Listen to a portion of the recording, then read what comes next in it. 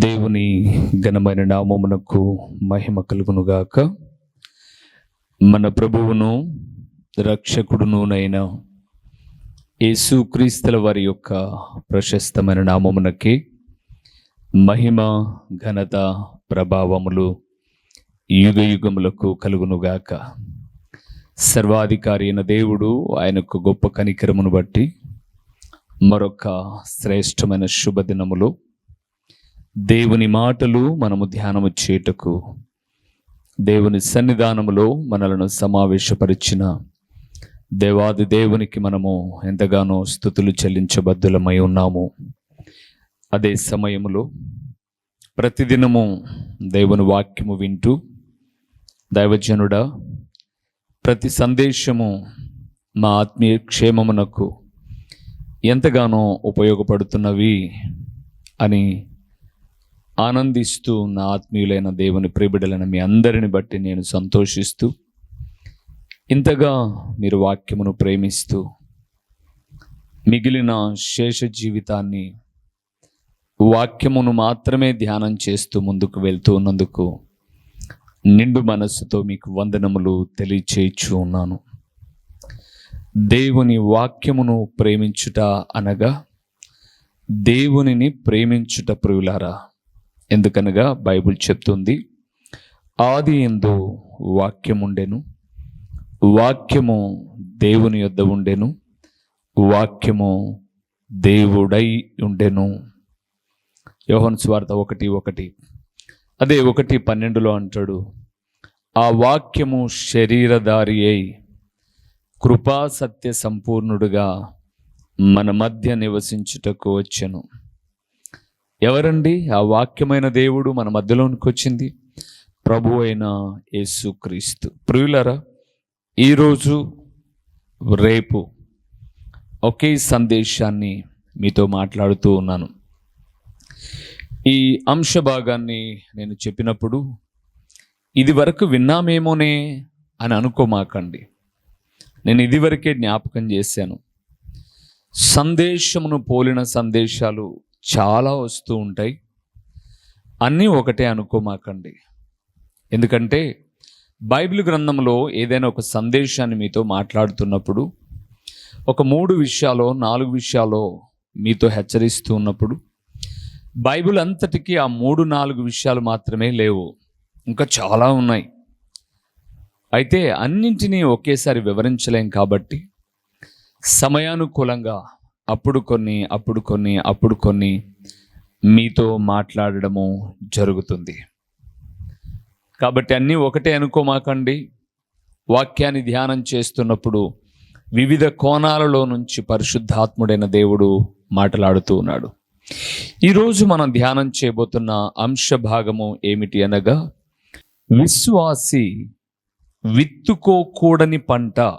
సహజంగా June July మాసాలలో ఈ వర్షాలు పడుతూ ఉన్నప్పుడు ప్రతి వ్యవసాయదారుడు పంటల కొరకై సిద్ధపడతాడు కదండి.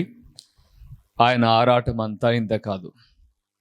మే చివరికి ఆ యొక్క పొలాలను దున్ని దానిలో కొన్ని బలమైన విలువైన ఎరువులను చల్లి సకాలంలో పంట వేసినప్పుడు సమృద్ధి దీవెనలు కలగాలి అని ఎదురు చూసేవాళ్ళు చాలామంది. మన భారతదేశం అత్యధికంగా వ్యవసాయం మీద ఆధారపడినటువంటి దేశం. వ్యవసాయము మన దేశంలో చాలా ప్రాముఖ్యమైనది. పండించేవారే లేకపోతే తినే అర్హత కూడా లేదా తినడం కూడా మన వల్ల కాదు ప్రియులారా. ఎందరో రేయనక పగలనక కష్టపడుతూ పొలాల దగ్గరే ఉంటూ రకరకాలైన ఇబ్బందులను ఎదుర్కొంటూ అధిగమిస్తూ పంట పండించి దళారుల చేతిలో మోసపోతూ ఉన్నప్పటికీ అలుపెరగక నిత్యము వారు వ్యవసాయం అందు ఆసక్తి కలిగి ఉంటూ ఉన్నారు. అందుకే ఈరోజు నేను జ్ఞాపకం చేస్తున్నాను, విత్తుకోకూడని పంట ఏమిటో ఈరోజు చెప్తాను, విత్తుకోవలసిన పంట ఏమిటో రేపు చెప్తాను.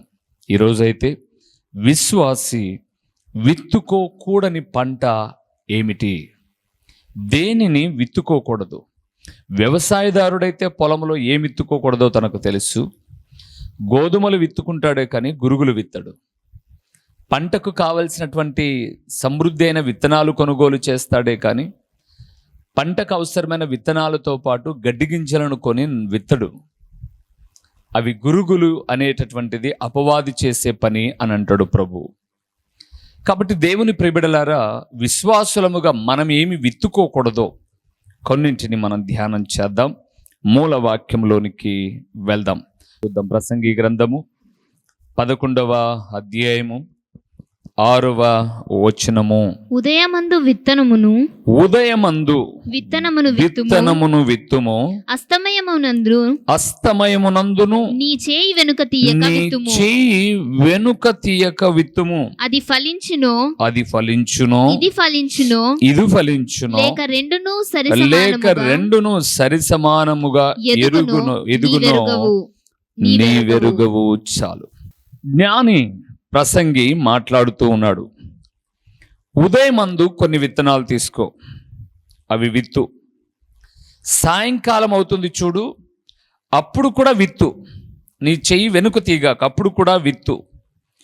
అది ఫలించును, ఇది ఫలించును, లేక రెండును సరి సమానముగా ఎదుగును, నీ వెరుగవు అన్నాడు.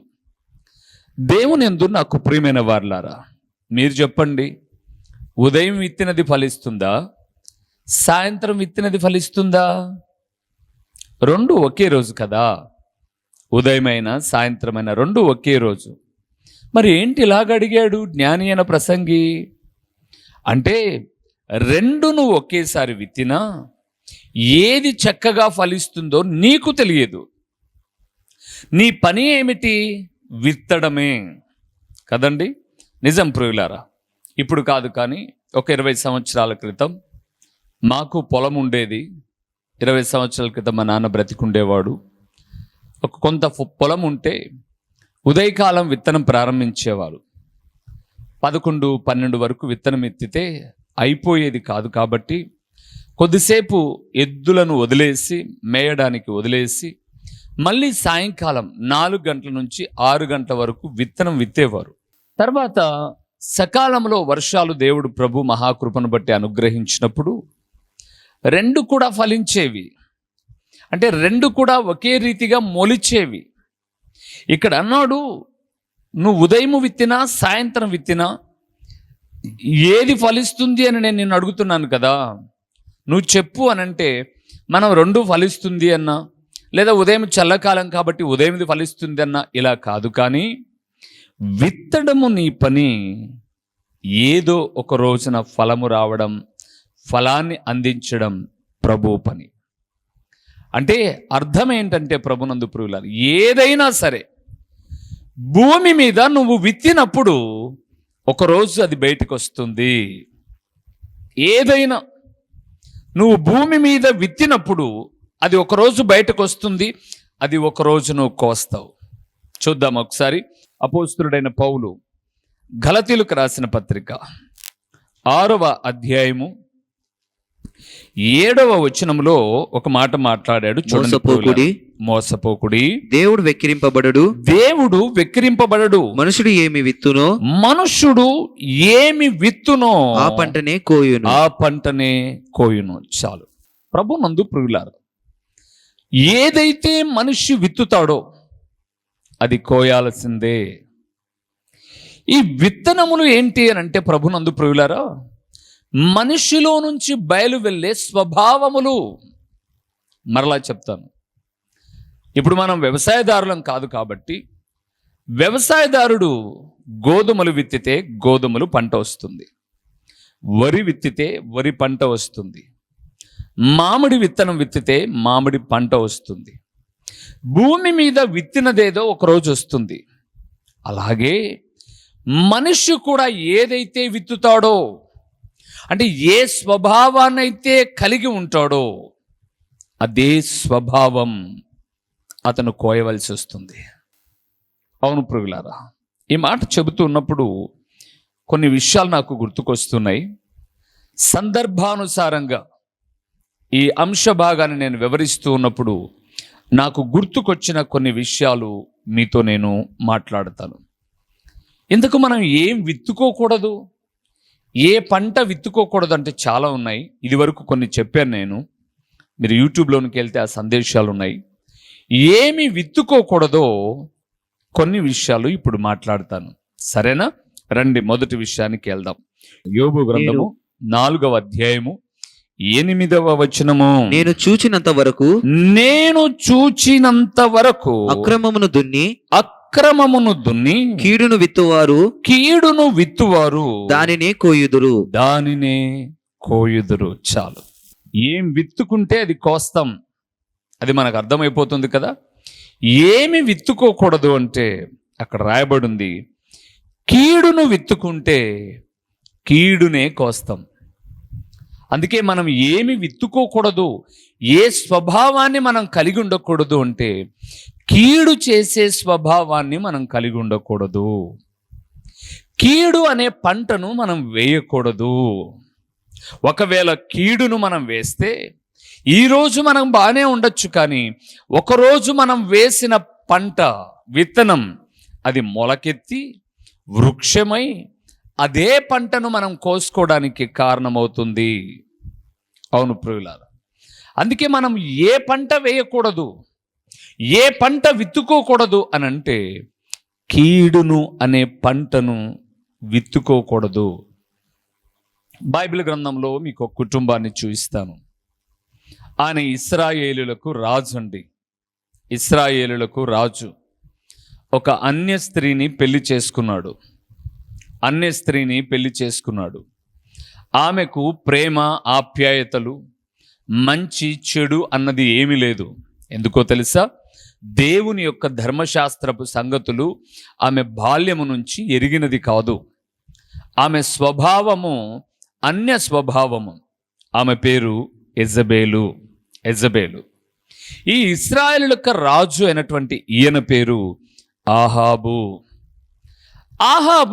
ఒకానొక దినాన తన నగరులో నివసిస్తున్న దినాలలో తన నగరును ఆనుకొని ఉన్న ఒక తోట మీద దృష్టి పడింది. అంటే అక్కడ ఒక ద్రాక్ష తోట ఉంది, అది నగరుకు ఆనుకొని ఉంది. బాగా ఈ మాట చూడండి. కొన్నిసార్లు మనం కూడా ఏం చేస్తామంటే మన ఇంటికి ఆనుకొని ఉన్న స్థలం ఆక్రమించుకుందామనో, తక్కువకు కొట్టేద్దామనో, ఏదో కొన్ని అపవాది ఆలోచనలు పుట్టిస్తాడు. మనకు స్వతహాగా ఆలోచనలు ఉండవు, వాడి స్వభావం అన్నమాట అది. ఇప్పుడు ఈ ఆహాబుకు కూడా అలాంటి ఆలోచన వచ్చింది. నా నగరు ఆనుకొని ఉన్నటువంటి ఈ ద్రాక్ష తోట నాకు కూర తోటకైతే బాగుంటుంది అని అనుకున్నాడు. అందుకే ఆ తోట యజమాని ఎవడో వాకప్ చేశాడు, ఎంక్వైరీ చేశాడు. పలాని వ్యక్తి అని తెలియగానే రాజు కదా, ఆయన్ను పిలిపించాడు. ఆయన పేరు నాబోతు అనే ఆయనను పిలిపించి, నాబోతు రావయ్యా, రా కూర్చో, కాఫీ తాగుతావా అని. ఎందుకంటే తనక్కర కాబట్టి కొంచెం సున్నితంగానే మాట్లాడాడు. వద్దులే రాజా, నా స్థాయి అది కాదులే, మీతో కూర్చొని కాఫీ తాగే స్థాయి కాదులే, విషయం ఏంటో చెప్పండి అని అడిగాడు. ఏం లేదు నాబోతు, నా నగరు ఆనుకొని నీ ద్రాక్ష తోట ఉంది కదా, అది నాకు ఇవ్వయ్యా, నాకు కూర తోటకు కావాలి అని అడిగాడు. బహుశా నాబోతు రాజు అడిగిన దాన్ని ఇచ్చేవాడు. నాబోతుకున్న సెంటిమెంట్ ఏంటంటే, అయ్యా అది మా అబ్బలు సంపాదించారండి, మా పితరులు నాకు ఇచ్చిన స్వాస్థ్యం. చూడు, ఎంతో కష్టపడి పెద్దలు సంపాదిస్తే వీడు డబ్బులు కాసిపడి అమ్మేసుకున్నాడని పదుగురు అంటారు, కాబట్టి మీరు నన్ను తప్పుగా భావించద్దు, నేను అమ్మలేను అన్నాడు. ఓహో, పెద్దలు ఇచ్చిందా, గుర్తుంటుందిలే, సరే వెళ్ళు అనొచ్చు. కానీ ఆహాబు అలిగాడండి, మూతి ముడుచుకున్నాడండి. తనది కాని దాని మీద దురాశ కలిగి వెళ్ళి మంచం ఎక్కి కూర్చున్నాడు. యెజబేలమ్మ వచ్చి, ఏమండి రండి భోంచేద్దాం అని పిలిచింది. నాకొద్దులే, నువ్వు వెళ్ళి తిను అని అంటే, ఏంటి అలాగున్నారు, ఏమైంది అని అంటే, ఏమవడం ఏంటి, రాజు అనే పేరే కానీ ఏం లాభం లేదు నాకు. నేను ఒకటిని పొలం అడిగితే, అమ్మమని అడిగితే దానికి మారుగా నేను ఇంకొక పొలం ఇస్తాను, కావాలంటే డబ్బులైనా ఇస్తాను అంటే పిత్రార్జితం అంటాడు, స్వాస్థ్యం అంటాడు, అమ్మని అంటాడు. ఛీ, ఏం బ్రతుకో అని అన్నాడు. భార్య ఏం ఏమండి, మనకేం తక్కువ అండి? రాజు మీరు, పరిపాలకులు మీరు, మీ పిల్లల లాంటి వాళ్ళు వారి అమ్మనని దానికి మీరు అలగడం ఏంటి తండ్రిగా? మనకేం తక్కువై ఉన్నాయండి అని అనాలి ఆమె. కానీ ఆమె అంటుంది, నువ్వు లేసొచ్చి భోంచేయి, ఆ పొలాన్ని ఎలాగ తీసుకురావాలో నాకు తెలుసు అనింది. భార్య మీద నమ్మకంతో వచ్చాడు, ఆ పొల విషయమై దిగులు మానాడు, భోజనానికి కూర్చున్నాడు, తిన్నాడు, అయిపోయింది. యెజబెల్ ఏం చేస్తుందంటే, ఇద్దరు అబద్ధ సాక్షులను పెట్టి ఒక ఉపవాస దినాన్ని ఆచరించినట్టుగా చెప్పి, రాజును దేవుణ్ణి దూషించాడని చెప్పి నాబోతును రాళ్లతో కొట్టి, బాగా ఈ మాట, రాళ్లతో కొట్టి రక్తము చిందించేటట్టుగా చేసి అతని చావుకు ఆమె కారణమైందండి. కీడు చేసింది అని చెప్తున్నాను అంతే. కీడు చేసింది ఆమె. పొలాన్ని లాక్కుంది, తన వశము చేసుకుంది, రాజు చేతికి పత్రాలు ఇచ్చింది. ఇది ఎలాగొచ్చింది ఏమని రాజు కూడా అడగడంలే, కోరుకున్నది దక్కింది, దట్స్ ఎనఫ్ అనుకున్నాడేమో, అంతే. ఇంకా ఆనందంగా ఉన్నాడు, కూర తోటకు దొరికింది లేని. కానీ ప్రియులారా, యెజబెలు వేసిన విత్తనం, కీడు అనే విత్తనం, అది వృక్షమైపోయి మొలిసింది. తన కాలములో ఎలాగూ నాబోతు చనిపోయాడో అలాగే భర్త చనిపోయాడు. గురి చూడకయే ఒకడు విల్లెక్కు పెట్టి వేస్తే ఆ బాణం వచ్చి కవచపు కీలున గుచ్చుకొని ఆహాబు చచ్చిపోతాడు. యెజబెలు విధవరాలైంది. యెజబెలు ఒక మారువేషకం వేసుకొని మేడగదిలో దాక్కొని ఉంది. యోహు అనబడే వ్యక్తి వచ్చి, నా పక్షంగా ఎవరున్నారు అని అంటే కొంతమంది తొంగి చూశారు.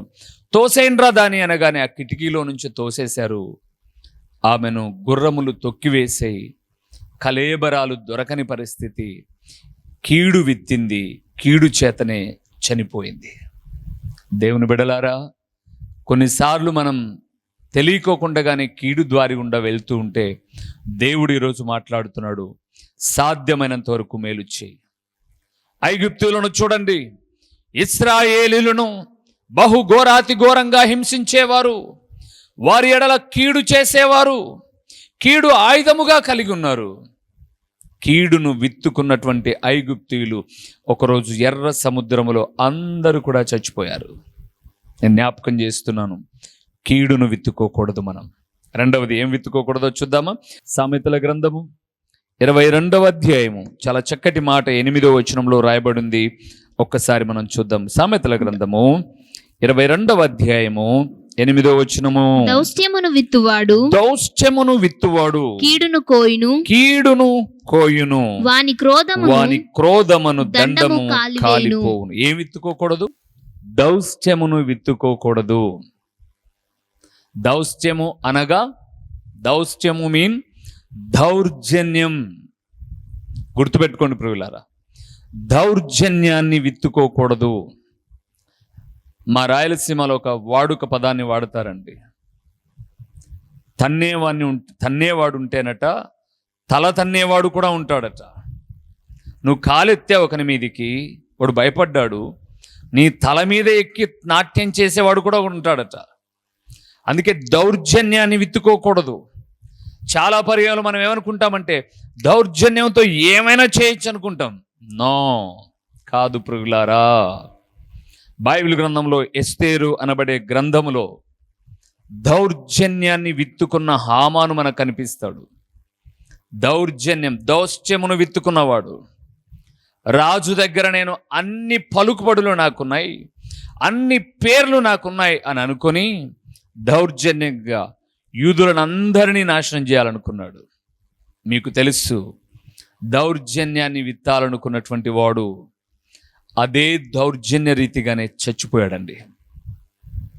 ఏ రాజు దగ్గరికి వెళ్ళి యూదులను అందరినీ సంహరించాలని రాజు యొక్క ముద్రపు ఉంగరాన్ని తీసుకొని వచ్చాడో అదే రాజు చేత హామానును కాకుండా, హామాను భార్యను కాకుండా, హామాను పిల్లలను కాకుండా, ఇంకా మీకు అర్థం కావడానికి చెప్తాను, ఏ 50 మూరల ఉరికొయ్యను మొర్దెకై కొరకు తయారు చేశాడో అదే ఉరికొయ్య మీద హామాను ఏమయ్యాడు? చచ్చాడు, చనిపోయాడండి. 50 మూరల ఉరికొయ్య తయారు చేసింది హామాను మొర్దెకై కోసం. కానీ అదే ఉరికో యొక్క హామాను వేలాడుతానని ఎప్పుడు అనుకోలా. అందుకే బైబిల్ గ్రంథంలో చూడండి, రాజును అనే అహంకారముతో, దౌర్జన్యముతో, ఆనంటే ఇశ్రాయేలుల మొట్టమొదటి రాజైన సౌలు దావీదు మీదికి ఈటని ఇసిరేవాడు. అంటే ఈటని ఇసురుతాడు. ఎంతగా ఈటని ఇసిరేవాడంటే ఆ ఈట వెళ్ళి గోడకు నాటుకుపోయే అంత బలంగా ఈటని ఇసిరేవాడు. మీకు చెప్పనివ్వండి ఒక మాట, సౌలు ఎలాగ చనిపోయాడో తెలుసా? ఇక ఓడిపోతానని తన పనివాన్ని పిలిచి, సున్నతి లేని ఫిలిస్తీయుల చేతిలో చచ్చిపోవడం ఎందుకు, చంపరా నన్ను అని అడుగుతాడు. లేదయ్యా, అభిషేకించబడిన నిన్ను నేను చంపను అని అంటే తన కత్తి మీద తనే పడి, ఎవరండి? సౌలు రాజండి. తన కత్తి మీద తనే పడి, లేదా తన ఈట మీద తనే పడి, ఒకప్పుడు ఈట ఇసిరేవాడు చంపాలని, ఈరోజు అదే ఈట మీద పడుతున్నాడు. నువ్వు ఎవరి మీదకైనా దౌర్జన్యం చేస్తున్నావా? సంఘంలోనో లోకంలోనో నీకున్న కండబలమో, కులబలమో, భుజబలాన్ని బట్టి అదే కోస్తావు ఒకరోజు జాగ్రత్త. అదే కోస్తావు ఒకరోజు జాగ్రత్త పురుగులారా. అందుకే ఒక దేవుని సేవకుడిగా జ్ఞాపకం చేస్తున్నాను, కీడు అనే పంటను విత్తకూడదు, దౌర్జన్యము అనే పంటను విత్తకూడదండి. ఇది ఏమాత్రము యోగ్యకరమైనది కాదు. ఇంకేం విత్తకూడదో చూద్దామా? 2 గలతీయులకు రాసిన పత్రికకి వెళ్దాం, 6వ అధ్యాయానికి వద్దాం. ఏమి విత్తకూడదో చెప్తున్నాను ప్రియులారా. విత్తే పంట రేపు సందేశంలో చెప్తాను. 6వ అధ్యాయము గలతీయులకు రాసిన పత్రిక 8వ వచనము, ఎలాగనగా తన శరీరేచ్ఛలను బట్టి విత్తువాడు తన శరీరము నుండి క్షయమను పంట కోయును. చాలు ప్రియులారా, చాలు. 3వది ఏం విత్తుకూడదట? శరీరేచ్ఛలను విత్తుకోకూడదు. గుర్తుపెట్టుకోండి, ఏం విత్తుకోకూడదు? శరీరేచ్ఛలను విత్తుకోకూడదు. మీకు చెప్పాను కదండి ప్రారంభంలో, మర్చిపోయారా మీరు? ఈ సందేశం ముగింపులోనికి వచ్చేసరికి ఒక యథార్థ సంఘటన చెప్తాను అని మీరు మర్చిపోయానని మర్చిపోలేదులేండి. సబ్జెక్ట్లోనే ఉంటాను, మీరేం ఆందోళన పడమాకండి. శరీరేచ్ఛలను బట్టి విత్తుకొనువాడు. బాగా గుర్తుపెట్టుకోండి. నాకు తెలిసిన ఒక కుటుంబం అండి, ఎన్నో పర్యాయములు వెళ్ళాను నేను. అయ్యా, దేవుని వాక్యం ఇలాగ చెప్తుంది, రండి ప్రార్థనకు అనేవాడిని, పిలిచేవాడిని. ఎందుకు ఆయన పిలిచేవన్నా మీరు ప్రత్యేకించి అనంటే, ఆయన భార్య పిల్లలు మా దగ్గరికి ప్రార్థనకు వచ్చేవారు. అందుకోసమని ఆయన పిలవడం ప్రారంభించాను. రండి మీరు కూడా కుటుంబ సమేతంగా వచ్చి దేవుణ్ణి ఆరాధిస్తే ఎంత బాగుంటుంది, దేవుని సన్నిధానంలో గడిపితే ఎంత బాగుంటుంది అని చెప్పేవాడిని. ఇతను వస్తా, ఎందుకంటే చాలామంది వస్తానులేండి అన్నా, అదిగో కొంచెం పనులు ఉన్నాయి, అవి ఇవి చెబుతూ ఉండేవాడు. కానీ అతను ఎందుకు వచ్చేవాడు కాదో తెలుసా? ఒకరోజు బలవంతము చేస్తే ఒక ప్రత్యేకమైన కూడిక, ఆదివారపు ఆరాధన కాదు, ఒక ప్రత్యేకమైన కూడికగా ఆహ్వానించినప్పుడు వచ్చి వెనకల కూర్చున్నాడు ఒక 15 లేదా ఒక అర్ధగంట సేపు.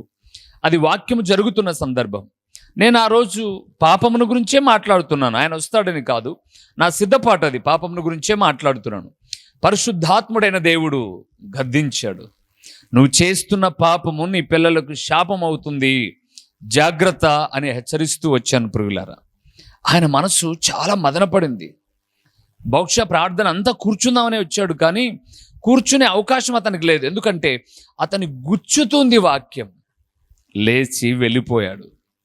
తర్వాత ఆయన భార్యతో చెప్పాను, ఏంటమ్మా మీ భర్త వచ్చాడు, ఒక అర్ధగంట సేపు కూర్చుని వెళ్ళాడంటే, ఆమె ముందు కూర్చుంది కదా, నా దిక్కు చూస్తుంది అనింది. వచ్చాడన్నా అనిందా? వచ్చాడమ్మా, వాక్యం చెప్తుంటే, ఈరోజు మీరు చెప్పిన ప్రతి వాక్యము మా భర్తకే అన్నా అనింది. అదేంటమ్మా అట్లాంటావు తల్లి, మీ భర్తకేంటి అని అంటే, మీరు చెబుతూ వచ్చారు కదా అక్రమ సంబంధాల గురించి. నా భర్త ఈ రోజు వరకు నాతో నీకేం కావాలనో చెప్పని తెచ్చిస్తాడే తప్ప ఒక భారీగా నన్ను ఎప్పుడు చూడలేదు. అక్రమ సంబంధాల్లో మునిగి తేలుతూ ఉన్నాడు, శరీరేచ్ఛలలో. పురుగులారా, కాలచక్రం తిరుగుతూ వస్తుందండి. ఈరోజు అదే తల్లి వచ్చి మాట్లాడుతూ నాతో అంటుంది, అన్నా నా భర్త అక్రమ సంబంధంలో ఉంటే నా పిల్లలు ప్రేమ అనే వ్యామోహాల్లో చిక్కుకున్నారన్నా.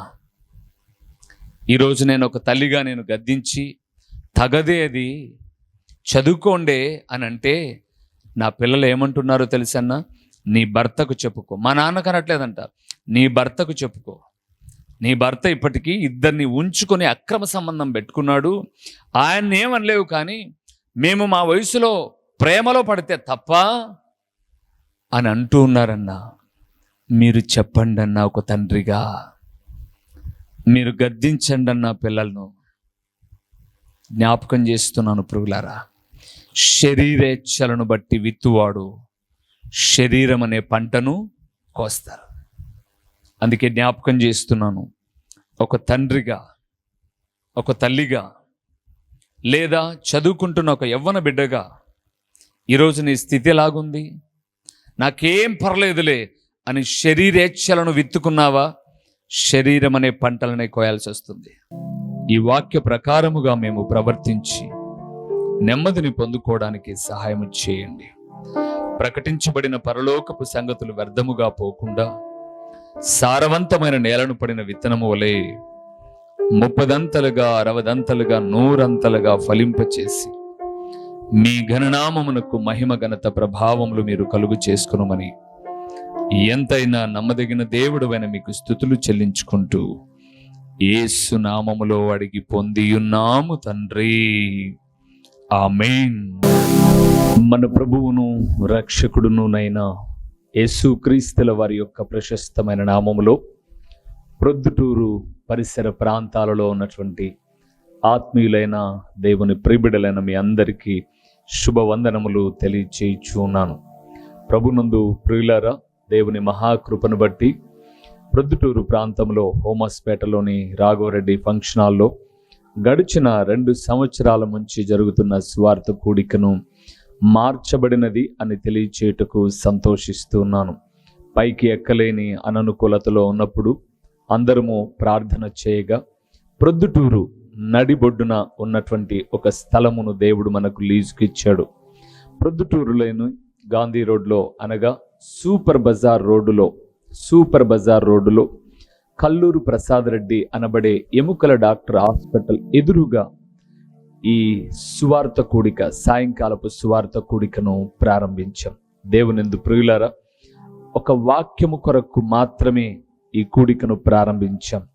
వాక్యము ప్రొద్దుటూరులో లేదు అని కాదు, కానీ మరింతగా దేవుని వాక్యము మీకు చేరువ చేయాలి అని ప్రతిదినము టీవీలో వింటున్నటువంటి దేవుని వాక్యాలు మీకు ఆశీర్వాదకరంగా ఉన్నాయి అని ఒక సంఘ ప్రాంత భేదము లేకోకుండా ఉదయకాలపు కొన్ని అననుకూలతలో కూడా చాలామంది ఆరాధనకు వెళ్ళలేని వారికి, దేవుని వాక్యము వినలేని వారికి ఒక సౌకర్యవంతముగా సూపర్ బజార్ రోడ్డులోని కల్లూరు ప్రసాద్ రెడ్డి హాస్పిటల్ ఎదురుగా ఒక క్రీస్తు ప్రార్థనా గృహము అనే ఒక స్థలంలో ప్రతి ఆదివారము సాయంకాలం 6 గంటల నుంచి 8:30 వరకు ఈ సువార్త కూడిక జరుగుతుంది. కేవలం దేవుని వాక్యము మాత్రమే ప్రకటించే ఒక ప్రణాళికతో, వాక్యమే అన్ని కార్యాలు చేయగలదు, వాక్యము మాత్రమే నెమ్మది ఇవ్వగలదు, వాక్యము మాత్రమే స్వస్థపరచగలదు, వాక్యము మాత్రమే సరైన మార్గములో నడిపించగలదు, వాక్యము మాత్రమే గొప్ప ఆదరణ ఇవ్వగలదు, వాక్యమే జీవాధారమై ఉన్నది అని తెలియచేయే అమూల్యమైన ఉద్దేశముతో ఈ ప్రతి ఆదివారపు సాయంకాలపు స్వార్థ కూడికను ప్రారంభించాం. ప్రియులారా, ఇప్పటికే అనేక మంది కూడికకు వస్తూ ఉన్నారు. మే 19వ తారీఖు 2024న ఆదివారపు దినాన ప్రారంభించాం. అనేక మంది కూడికకు వచ్చి దేవుని వాక్యం వింటూ దేవుని రాకడకు సిద్ధపడుతూ ఉన్నారు. మరి మీరెందుకు రాకూడదు? మిమ్మల్ని కూడా ఒక ప్రేమపూర్వకమైన ఆహ్వానాన్ని అందిస్తూ ఉన్నాం. రండి. వాక్యము కరువైపోతున్న చివరి దినాల్లో, వాక్యము దొరకని దినాలు రాబోతున్న దినాలలో ముందుగానే వాక్యాన్ని మనం ఒక నిర్దిష్టమైనటువంటి సందేశములతో, ఒక చక్కటి అంశ భాగములతో ప్రతి ఆదివారం సాయంకాలం 6 గంటల నుంచి 8:30 వరకు చక్కటి పాటలు, దేవుని స్తుతిస్తూ దేవుని వాక్యాన్ని పంచుకొని వచ్చిన మీ అందరి కొరకు నేను ప్రార్థిస్తాను. దేవుడు నూతన కార్యాలు చేయుటకు సామర్థ్యం కలిగిన వాడు. రండి. సూపర్ బజార్ రోడ్లోని కల్లూరు ప్రసాద్ రెడ్డి హాస్పిటల్ ఎదురుగా ఈ యొక్క సువార్త కూడిక ప్రతి ఆదివారం జరుగుతుంది. వీక్షకులైన మీ అందరినీ, ఆత్మీయులైన మీ అందరినీ ప్రేమపూర్వకంగా ఆహ్వానిస్తున్నాం. వచ్చిన తదుపరి మీరు నేను కలిసి ప్రభువును ఆరాధిద్దాం. వస్తారు కదూ? ప్రేమతో మిమ్మల్ని ఆహ్వానిస్తూ దైవజనుడు ఓ రూబేన్ గారు. ప్రభు పేరట మీకు వందనములు. మా చిరునామా దైవజనుడు బ్రదర్ ఓ రూబేన్ గారు, క్రీస్తు ప్రార్థనా మందిరం, డోర్ నెంబర్ 1-10-386, నగరిగుట్ట, పులివెందుల, కడప జిల్లా. మీ ప్రార్థనా అవసరాల కొరకై సెల్ నంబర్ 9989067409.